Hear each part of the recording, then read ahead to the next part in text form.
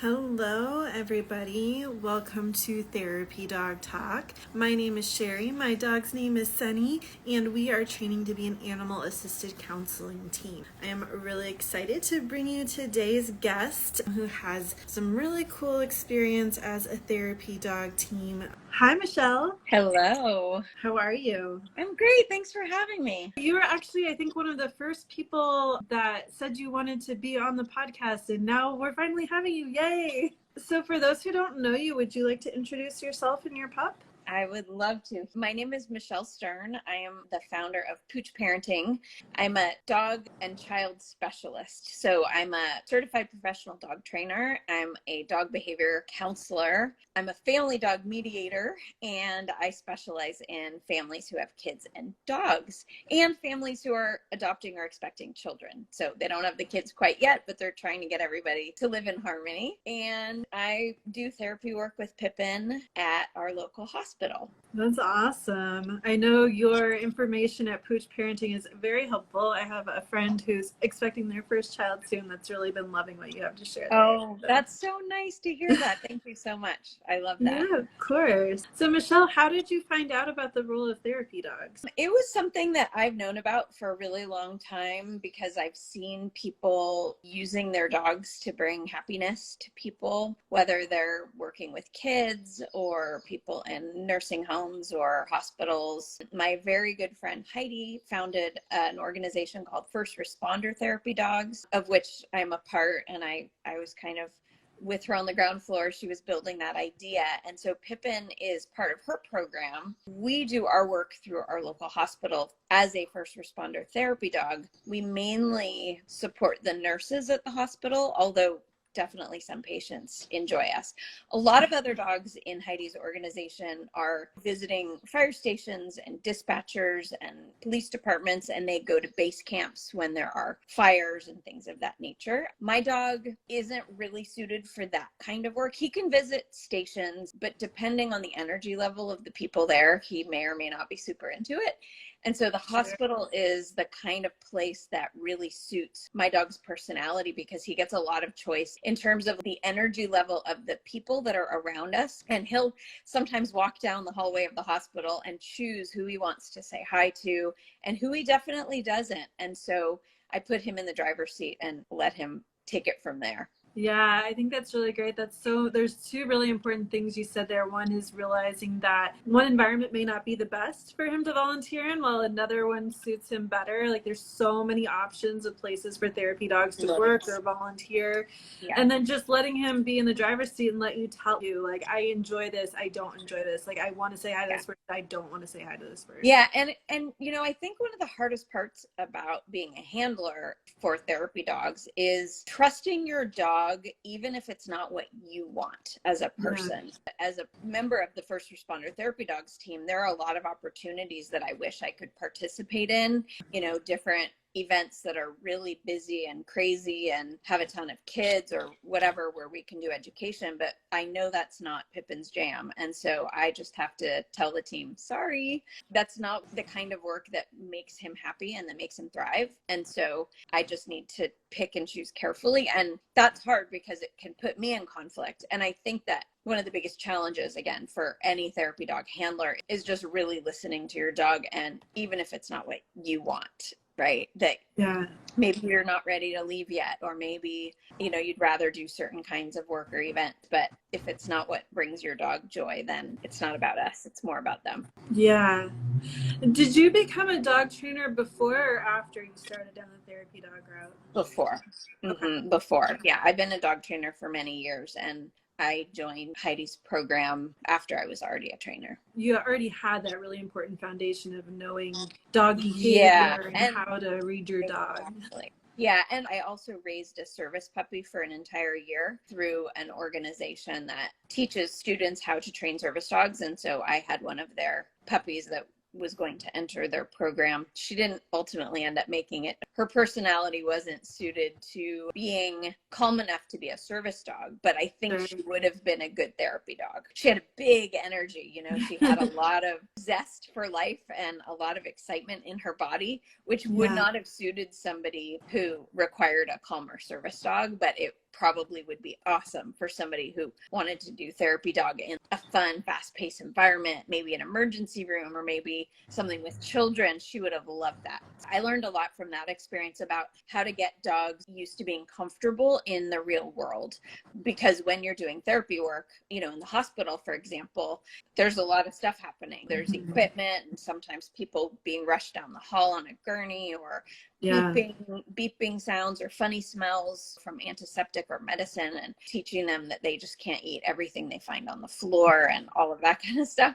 So those are all skills that take a long time to build. Yeah, we've had a couple of, well, one was a career change guide dog and the other was a retired guide dog on here who have become therapy dogs. And what was interesting was Hallie was talking about with Buddy, the career change guide dog. She had another puppy because she's a puppy raiser for guide dogs. She had another puppy that she said would not have enjoyed being a therapy dog. So it's like, it's not even that every prospect for guide dogs would also be a good prospect for therapy dogs. So there's so many nuances there. A lot of nuance. Yeah, I agree with you. Yeah, that's great. How did you know that Pippin would enjoy being a therapy dog?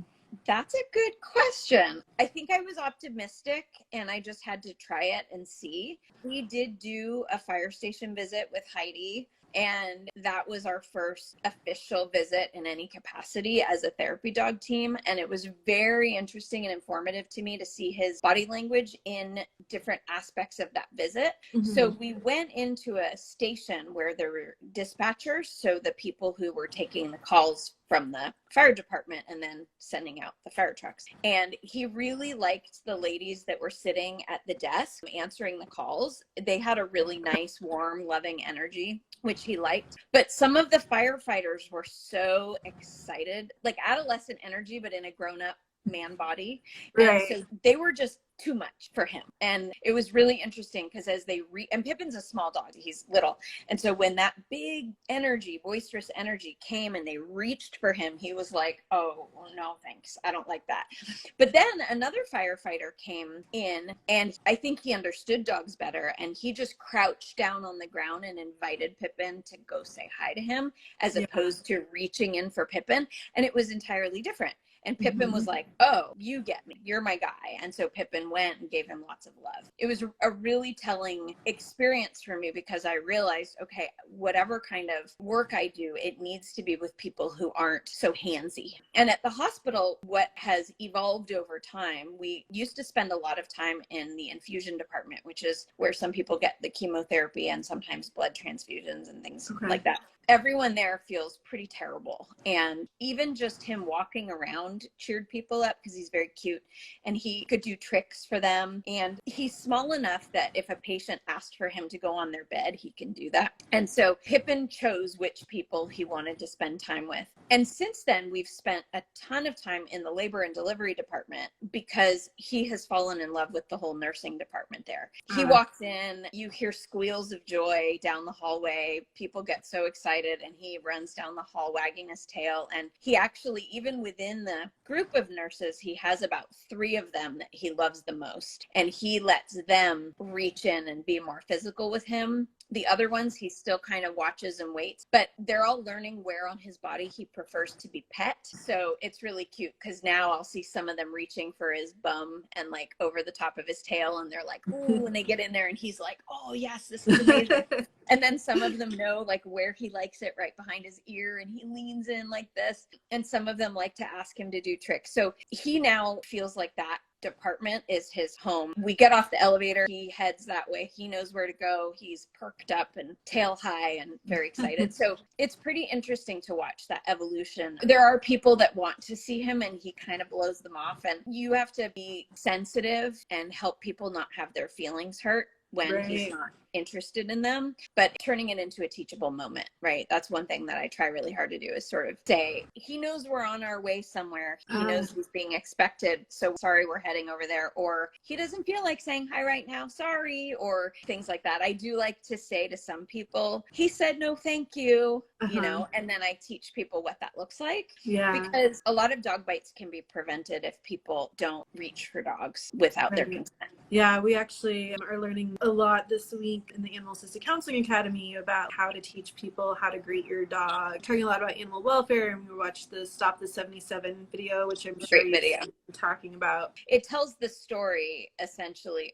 of a dog and child living together, and that 77% of dog bites to children are by a known dog. A lot of people think my own dog would never do that, but of dog bites to kids, 70% of them are dogs that are yours or your grandparents or your neighbors. Yeah, the reality is how we greet each other is oftentimes how we try to greet a dog, and that's not how dogs like to be greeted. Yeah, they don't like hugs so much. No. What surprised you the most in your training journey to therapy dog with Pippin? I think I assumed he might like different things than he does. But now that he is officially an adult dog, he's just over 2.5, he has matured into making his own decisions, and I just have to respect those. So I think what's a pleasant surprise is just how clearly he tells me what he wants and what he doesn't want. I love that. What do you enjoy most about being a therapy dog team with Pippin? I love seeing the joy that he brings to people. It makes my day. And I joke with them. I said, oh, I'm here for selfish reasons. I'm here because this does as much for me as it does for you.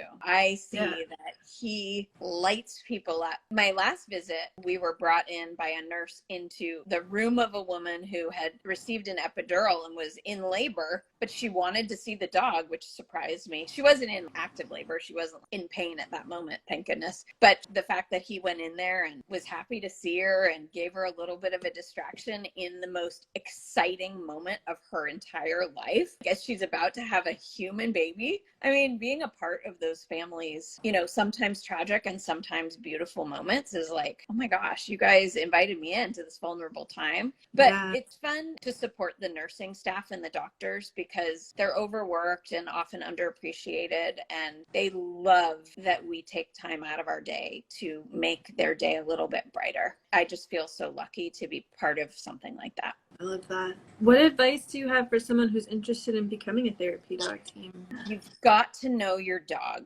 I've seen a lot of people who get a dog or a puppy and they say, we are going to do therapy work, without knowing who that dog is going to become and what that dog is going to actually want or not want. So for example, I'm thinking about getting another dog, and I will talk with whatever breeder that I choose to use and let them know my goal is to do therapy work with the dog. So I want a dog that's emotionally balanced, that recovers from surprise easily. So if somebody drops a tray of medicine, the dog won't be ruined and have to go home immediately, that they can startle but then be like, oh, silly me, I know what that was no big deal. And that you may be disappointed, that you may discover ultimately that this dog that you got on purpose for doing therapy may or may not actually be suited for that job, and they may not find joy in that. And so you then have to find a new hobby to do with that dog and shift your expectations. So I think my biggest piece of advice is to go in with an optimistic goal in mind, but not to be attached to that, because ultimately your dog is the one who has to decide if they enjoy the job. Yeah, absolutely. It's really great advice. Thank you. I'm not surprised at all after having much experience with therapy dogs and with dog training, of course. Your advice is going to be quite valuable. Well, Michelle, thank you so much for everything you've shared. Is there anything else that you wanted to share while you're here? Let me bend over and pick up Pippin so he can say hi. This is Pippin. Hi, Pippin. He looks just like his photos. He does. Oh, he's sleepy. How old is Pippin? He's 2 years and 8 months. Okay. All right. Yeah. He's the young one. He is, but he's kind of an old soul, you know? Yeah. But he's my heart. Oh, yeah, you sleepy. Oh, we're so sleepy. I woke you up. I put him back down. Big yawns. Here, and I'll show you somebody else too. So I have a foster puppy. Aw, hi friend. And his name is Brody, and he has a broken jaw. Aww. And it doesn't stop him from trying to eat everything. But he's 11 weeks old. Oh, thank you very much. Aw. Yeah. Thank you for fostering him. Yeah, I'm sure it's he fun. loves it there. He does. He and Pippin are really good friends. It's adorable. That's really great. Yeah, it's I fun. Fostering is Yeah. so important. It's good. You know, it's interesting because at his developmental stage, he's entering a fear period right now, which is a very normal developmental stage in baby dogs. Yeah. But if people don't know that, they can, I don't want to say ruin their dog, but kind of. So last night I was getting my pajamas on and my husband had left a sock on the floor and the puppy was afraid of it. And it was so funny because you would just think it's a sock, right? And he started growling at it, barking at it, and it was so funny. But then I was like, oh, is this what's scary? And he's like, oh my gosh. So I put the sock away and gave him some snuggles. It was a good example of listening and supporting him and giving him the comfort that he needed in that scary moment. Because if you keep at it, they don't just get used to it when they're in a fear period. It can kind of inform how they feel about things moving forward in the future. So if you get a dog that you hope will be a therapy dog as a puppy, the service dog that I raised had a phase where she was afraid of fire hydrants. They look like little men, if you think about it, like little robot dudes, you know, with their arms out and a hat on. And so it's just kind of interesting to just assume that you shouldn't take anything for granted, that like everything's fine, because it's not always. So you have to take it at the dog's pace. Yeah. And you know, we've actually talked before, fostering can also be another good way. If you know you really want a therapy dog and you are able to foster a dog, you can always fail when you find a good fit. That's true. Foster fails are amazing. I have one of those. She's 13 and a half now. She's old and crotchety, but she would not have been a good therapy dog. But it is fun. You're right. It's kind of like try it before you buy it kind of situation. Right. And you're helping so many dogs in the meantime. It's not like you're just using them. So they need that extra help. So well, I would so much rather see a dog in a home than in a kennel or at a shelter every day, right? So yeah, it gives them a better chance at finding their forever home that way. Well, because they're already acclimated. Well, and as a foster family, I can give the new potential adopter so much information. Yeah. Like, oh, he's going to get nervous when you turn on your coffee grinder. So put a towel around it until he's used to it. You know, little things like that. Like, oh, if you have a cat, watch out. Which probably helps prevent so many returns of dogs to shelters because they know from the foster what to expect and they're going to know if it's a better fit for their lifestyle. Exactly. We know what they're like in the day-to-day. Yeah, for sure. Awesome. Well, thank you so much, Michelle. It was so nice to meet you and having me. I really appreciate it. Thanks for everybody for being here and keep up the good work. Be a therapy dog team. If your dog likes it, it's so rewarding. Definitely. Well, thank you so much. Have a great day. Bye. Bye.